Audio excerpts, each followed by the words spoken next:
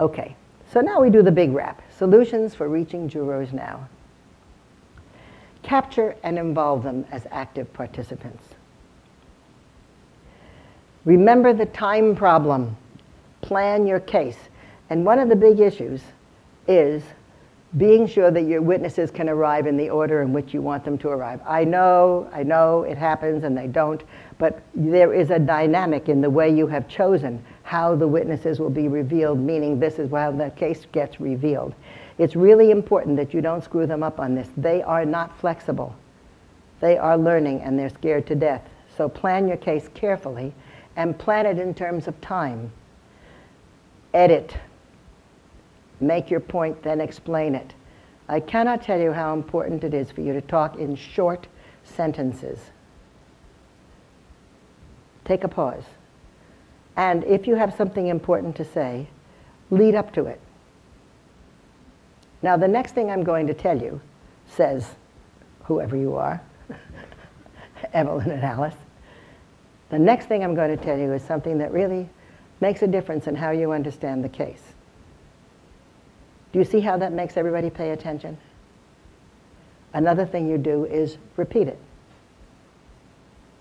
And tell them why you repeated it. Because it affects X, Y, and Z. Another issue is how you present your visuals. Don't ever put up the slide and then start talking. The slide is a hit. It is captivating. It is energizing, and it is also given the jury permission to do something on their own. It makes them active again.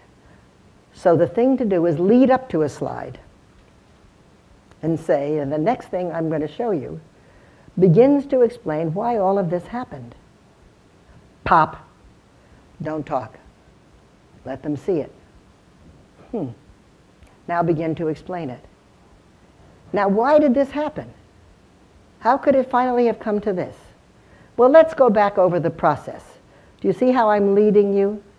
And now we start the process. Next slide. 1, bada bada bum. 2, bada bada bum. And don't do the thing with graying it off and all of that, having them all pop up. I'm telling you, it's simple. Straight ahead. I've been doing it to you all along, and you have noticed that.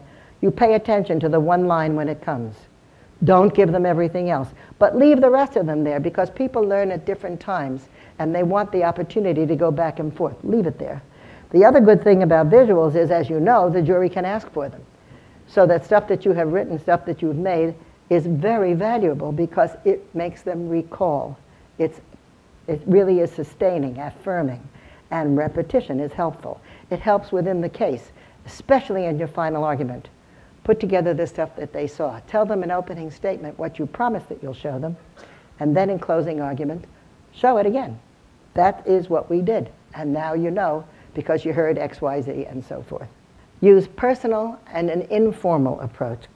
The conversational language is key, and make references to just plain life. It's interesting that jurors very much respond to. They will remember, and I'm sure all of you remember, if it doesn't fit, you must acquit. Little rhymey things always work. Or an analogy is something that always works because it's something they can keep in their minds and remember. So how you use the language really matters. The personal, informal approach is how everybody talks on television now. And that's how we see people doing this. And it's how they talk to each other when they aren't using just plain letters instead of words. But it has to sound like, encourages me to believe that I'll understand you. This will be okay, I'll get it. Okay? Now I have one more thing. A final word. Personal and professional power and style. Let me tell you first one important thing that you may not all realize. And let me ask, if I sit back here, can you see me? And you can hear me okay? Good. I need to do this.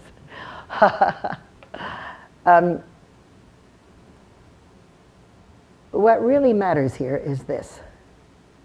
Jurors like women litigators. Women represent to them, from the old days, the people who tell you what's right and wrong. Go to your room. That's not fair. You have to be nice to her. We have to share. We're teaching the moral principles. It's the women who send children off to church. It's the women who are sure that the homework gets done. And therefore, atavistically, way inside, people know that we sort of like things to be right. And we care. We nurture. Who takes care of you? Who does the bandage? So that women have extra credibility for juries. We also kind of feel that you must be pretty idealistic to have become a lawyer. After all, you could go be a fashion model or something. You're all sitting down, so you look very good. It's with this part, you know. But what's really important is that they begin to imbue you with additional qualities that may or may not be justified. But they are. But they are. And that attitude makes them believe you more, listen more carefully, to particularly when you make any case personal and it has to do with people. That's what really matters. Now we have the other piece, which is the credibility piece. There are ways for you to appear in court, because in court is essentially on stage. You are, in that sense, an actor. You're speaking your own words, and you're speaking basic truth. And you are your own person.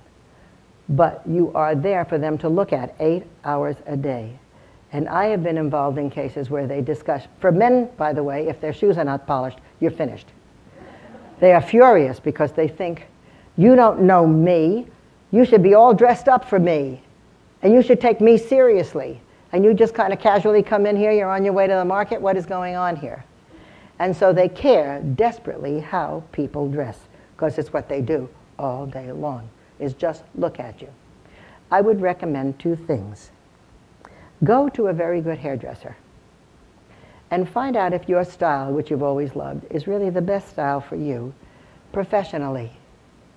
Now, if you have really long hair, you can find a way to do it before the court, which is more serious, and then let the locks flow at night and entice somebody into your room. The other piece is colors. Colors are really important. So for the hair, go to a pro and tell them what kind of law you practice and what you want your jury to think about you.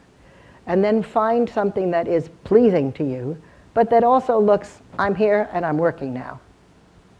It doesn't have to be the big tied back bun, not at all. But it has to look professional. Makeup. Go to a makeup place that sells makeup and have them do your makeup and see if you like it.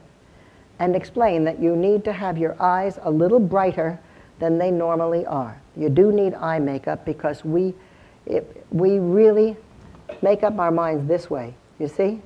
You're really looking at my eyes to see, do I really mean it? And especially when people are close by, which they are. The other thing is lipstick. You see how hard it is for you to follow my and listen to me if you can't watch my lips? We really all do that.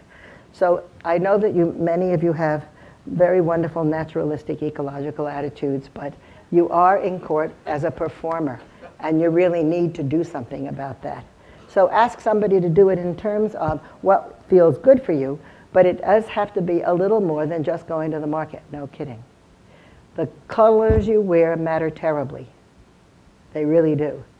And and you've all heard them, winter, spring, summer, fall. I mean, you all know that. Everybody knows that, right? That you're good in russet colors and fall colors. You're really marvelous in black and white and red because you have very pale skin. You're a summer kind of person. Okay, but in that color issue, be careful. Pastel colors mean dreamy, imaginative. They're soft, and they're also weak. You need to know your case well enough to know how you want to come through. So that alongside the colors that look good on you, you should also understand something about what effect colors have on other people. It should look good on you, but it should also state who you are. And earrings, one more thing. No dangles, clip-ons, or hoops. No dangles, and don't wear backless shoes or shoes with a strap because they clack and it's very bothersome.